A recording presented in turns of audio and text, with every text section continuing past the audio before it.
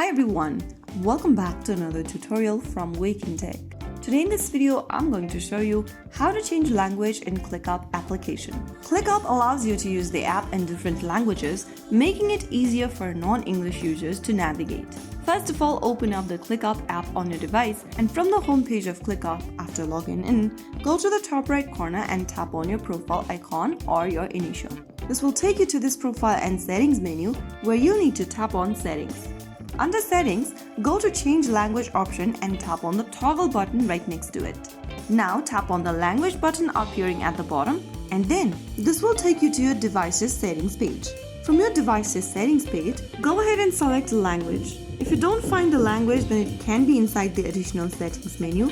Now tap on language and input, and then tap on languages once again and select a different language of your choice.